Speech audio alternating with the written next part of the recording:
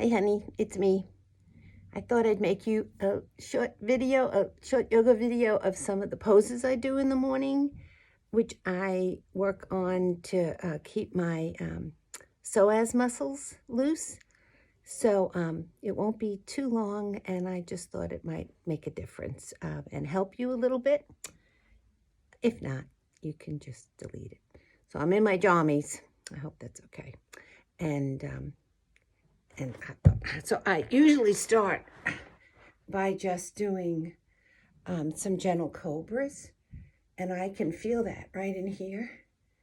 And so I do, I arch my back and I stretch out my neck, and sometimes I go up and down until I can feel them release a little bit. So my legs are flat on the ground.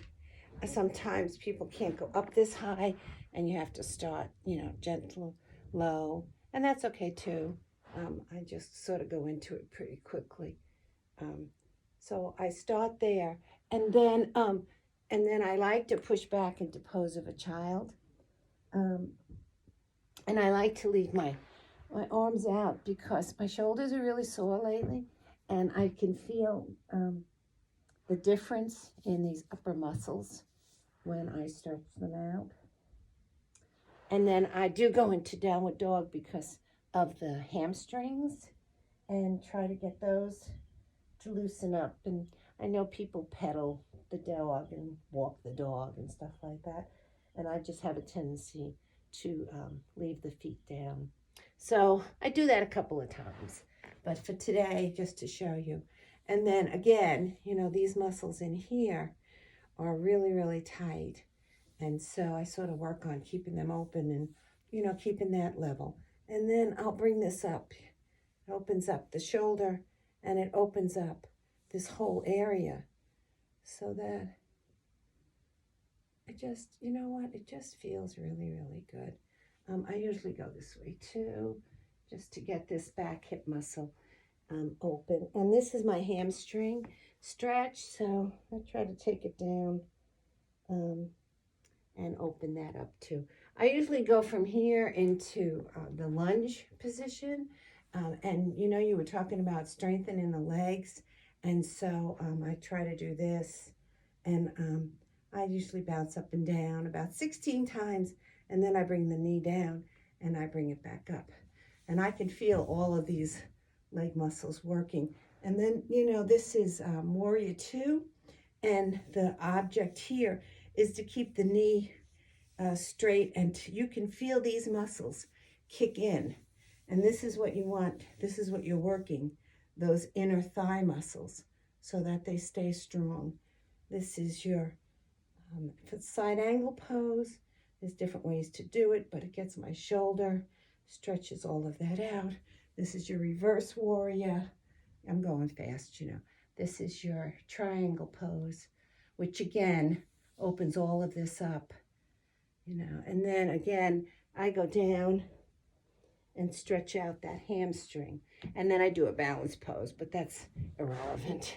And then it takes me back down, and I can do the other side. And since I haven't done this morning, I'm going to do the other side, even though it's exactly the same as what I did before. Sometimes I can wrap this around. The shoulder is sore. The shoulder is sore, so this morning that's quite an issue for me. And then I could feel that back in here. I played tennis with Joey and Belinda yesterday. Joey was phenomenal. Belinda was a good sport, and we really did have a good time. So then I take this up again into, I don't remember the name of this. It's not a low lunge. You can call it a high lunge, but it actually has a yoga name also. Try to get it down and up and really strengthen it. And again, that's the Warrior 2, which works all of this in here. And then your reverse warrior and your side angle pose. There's lots of ways to do this one, but I like to stretch this top arm out and get that shoulder involved. And then I go into triangle, which is actually my favorite yoga pose. I don't know why, but it just always feels really, really good. And then come down and go back into this pose that I don't know the name for. And then stretch that out and bring myself back down. And I can feel those muscles, you know, the psoas muscles have definitely relaxed and opened up. So those are the ones that I do on my belly. And then I have the ones that I go into for your pigeon pose and stretching out those muscles, both sides. And then I have the ones that I go into on my knees and on my back, but they don't really work the psoas muscles as much as, and I know you know all the stretching muscles for your hands. And I will show you though, the carpal tunnel is getting a little worse. So what I've been doing is the cat-cow, but what I do is I turn my wrist this way, and I can feel that opening up all of my hands. And then I rest on my wrists. And that really does seem to make a difference. So if you are interested and you want me to show you the rest of the practice, which is on my back, I can do that. But I just wanted to give you this short little video so that maybe it would help you rather than you trying to find something free on YouTube. So if I can be of more help in any other way, just know that you're one of my favorite people and I love you like crazy. Bye-bye.